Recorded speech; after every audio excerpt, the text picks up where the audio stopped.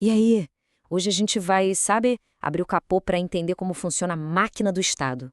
Como é que uma ideia tão gigante, tão abstrata, vira as ações que a gente vê no nosso dia a dia. Vamos juntos desvendar as peças principais, os órgãos e os agentes públicos. A gente fala o tempo todo: ah, o Estado fez isso, o governo decidiu aquilo. Mas já pararam para pensar como é que essa entidade, que no fundo é uma ideia, uma construção jurídica, realmente age? Como é que ela constrói uma escola, aplica uma multa ou garante um serviço de saúde? É um quebra-cabeça bem interessante que a gente vai montar agora. E a resposta para esse quebra-cabeça está em duas partes essenciais. Primeiro, a estrutura, que são os órgãos públicos. E segundo, as pessoas, que são os agentes públicos. É a combinação, a interação desses dois elementos que faz o Estado sair do papel e atuar de verdade na nossa vida. Então vamos começar pela estrutura, pela carcaça dessa máquina. Os órgãos públicos são, basicamente, o jeito que o Estado se organiza por dentro para conseguir dar conta de tantas funções diferentes. Agora, olha só que interessante essa definição clássica. A palavra-chave aqui é centros de competência. Isso muda tudo. Um órgão não é uma empresa, não é uma entidade que anda sozinha. Ele é como se fosse um departamento especializado. E a ação dele não é dele, é da entidade maior a que ele pertence, seja a União, um Estado. Ele é só uma peça, não o quebra-cabeça inteiro. E aqui está o ponto que às vezes dá um nó na cabeça, mas que é o mais importante de todos. Órgãos públicos não têm personalidade jurídica própria. O que isso quer dizer na prática? Que um ministério ou uma delegacia de polícia não pode, sozinho, assinar um contrato ou ser processado. Quem responde legalmente é a entidade maior a que lhe pertence, a União, o Estado, o município. O órgão é o braço, mas quem responde é o corpo. E para colocar um pouco de ordem nessa estrutura toda, os órgãos são classificados de várias maneiras, como a gente vê aqui. Reparem, por exemplo, na posição hierárquica. Vai lá do topo, com órgãos como a presidência, até a base. Já a estrutura diz se ele é um centro único, tipo uma delegacia, ou um gigante formado por várias partes, como um ministério. Essa organização toda não é só para enfeitar, é o que garante que cada peça saiba exatamente qual é o seu lugar e sua função na máquina. Certo, mas se o órgão não tem personalidade jurídica, como é que a ação de uma pessoa lá dentro se transforma numa ação do Estado? A resposta para isso está numa teoria fundamental do direito administrativo.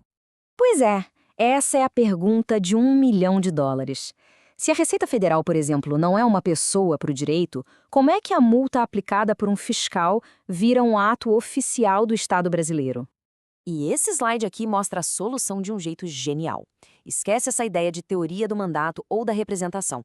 O Estado não é uma pessoa que precisa de um procurador ou de um tutor. A resposta certa é a teoria do órgão, também chamada de teoria da imputação. A ideia é simples, mas muito poderosa. A vontade do agente público, quando ele está agindo certo, não é uma representação da vontade do Estado. Ela é a própria vontade do Estado acontecendo. Pensa assim, o agente é a mão e o Estado é o corpo. A ação da mão é a ação do corpo. Simples assim. Beleza, a gente já viu a estrutura, a carcaça da máquina. Agora vamos focar na segunda peça-chave do nosso quebra-cabeça. As pessoas que dão vida para essa estrutura toda. Pensa no termo agente público como se fosse um grande guarda-chuva. E olha o tamanho dele. Essa definição cobre todo mundo que serve ao poder público. Não importa se é algo permanente ou só por um dia, se recebe um salário ou se é um trabalho voluntário, se a pessoa está exercendo uma função em nome do Estado, para a lei, ela é uma agente pública. E debaixo desse guarda-chuva, a diversidade é enorme. Olha só, a gente tem os políticos que estão no comando, tem os honoríficos, como o mesário na eleição, que é um cidadão comum prestando um serviço cívico importantíssimo. Tem os delegados, como a empresa que administra uma rodovia pedagiada. E, claro, a grande maioria, os administrativos, que são a espinha dorsal do serviço público. Cada um tem um papel diferente, mas todos estão, no fim das contas, atuando em nome do interesse de todos nós. Agora vamos tirar uma dúvida muito, mas muito comum, que sempre aparece quando a gente fala sobre esse assunto. Então, o ponto central é esse aqui. Agente público é o gênero, a categoria mais ampla. Servidor público é uma espécie dentro dessa categoria. O servidor, aquele que passou num concurso, que ocupa um cargo, ele é um tipo de agente administrativo. Mas um senador, um jurado ou um prefeito também são agentes públicos, só que eles não são servidores. A frase que resume tudo é essa: Todo servidor público é um agente público, mas nem todo agente público é um servidor. Guardou? E assim, tudo se encaixa. A máquina do Estado funciona exatamente nesse momento, quando um agente público, que é a pessoa, atua dentro da sua competência em um órgão público, que é a estrutura.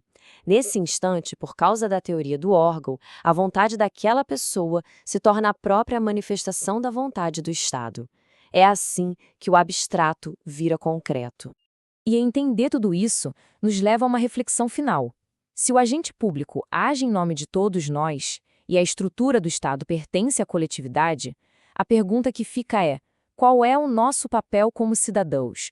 Como a gente pode fiscalizar, cobrar e participar para garantir que essa máquina imensa funcione sempre a favor do interesse público? Fica aí a reflexão.